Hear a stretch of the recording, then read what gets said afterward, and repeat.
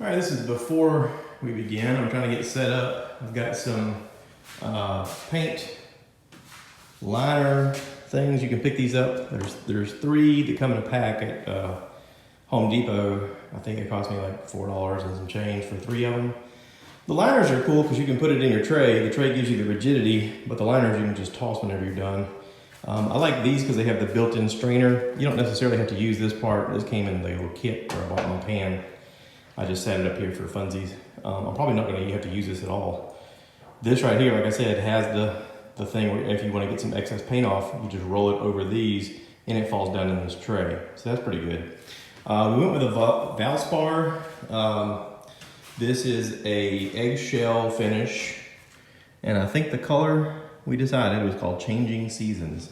This is that beige color that we were looking at on our possibilities for this wall. It'll sort of replace that coloring. If you're wondering what the white is, that's some Kills that I sprayed up here just to, I guess, cut down the amount of discoloring that had been on that wall. There was a desk there, and I think the kid put their feet on it, so that'll take care of that. We got a friend coming over who says she specializes in trim work, and she said, just give me a good 1.5 inch trim brush, and this one came recommended because it apparently a lot of the brushes, you want to ask somebody there what's a good brush to do trim work with. She said this is a good one because it doesn't lose hairs, and it'll actually work really close with a lot of your trim work. This is a freebie brush. Probably won't even use this one. It was just in the kit when I bought the kit. So we're getting set up. I wanted to have some sawhorses here to give us a little bit of a workstation so we're not having to bend down and work off the floor. And I do have the ladder up here for getting up in these high areas where it's going to be a little bit difficult to reach otherwise. But as you can tell, we are in the room above the garage. So this flooring comes down to a level that we can reach. I mean, I'm 5'8". This is probably right at 5 foot for your eye line of sight. So a good portion of this room will be easy to get to just by us standing up. So it shouldn't take too long. Our hope is to get this room done and then be able to come back and start with our flooring. We did bring our flooring inside to get it acclimatized to the house. I got it at the bottom of the stairway there. Kind of see it down there? But I figured there's no need in bringing it up here and having it in the way until we need it.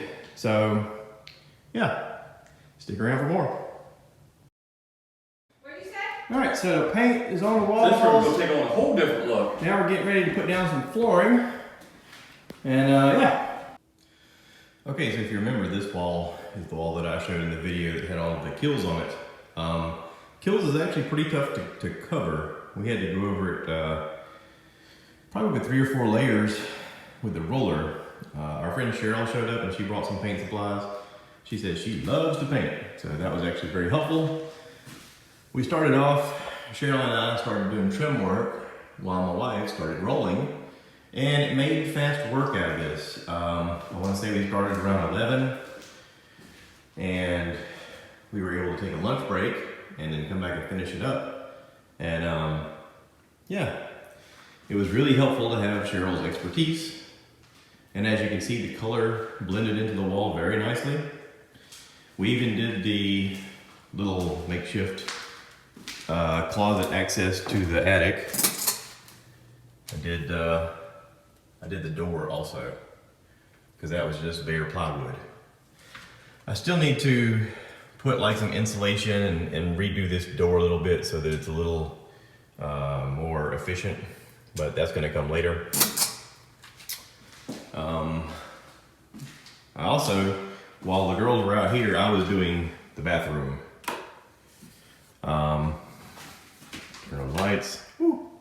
Okay, so this mirror, as you can see, is sort of cut with these little sliders that hold it on the bottom and 2 on the top. So I was able to slide it away from the wall, paint over there in that corner, and slide it back to where it goes. That allowed me to paint this side, and now I can slide it back just a smidge if I wanted to. But I took the lights out of these with the cones, that way I could paint around it.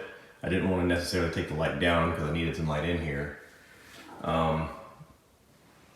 But we navigated who's going to use the ladder, and we swapped off, and I was able to get up in here and paint all this. The really tight areas were like back in this corner because the roof line cuts at a corner. And then of course behind the toilet was a little tough. I can see here, there's a little spot we need to go back over with we have a tiny roller that we can use for that. And I think the white paint needs to be probably touched up on this roof line in here, mainly because that leans to where, you know, if you're up here, you have a tendency to maybe touch it with your head or whatever. I've thought about possibly building a small shelf right there, or shelves right there, just to have, you know, some extra storage space in this bathroom. But it's a very tiny bathroom. It is a full bathroom because it has a shower and a sink and its own toilet. But you can see the paint looks very nice.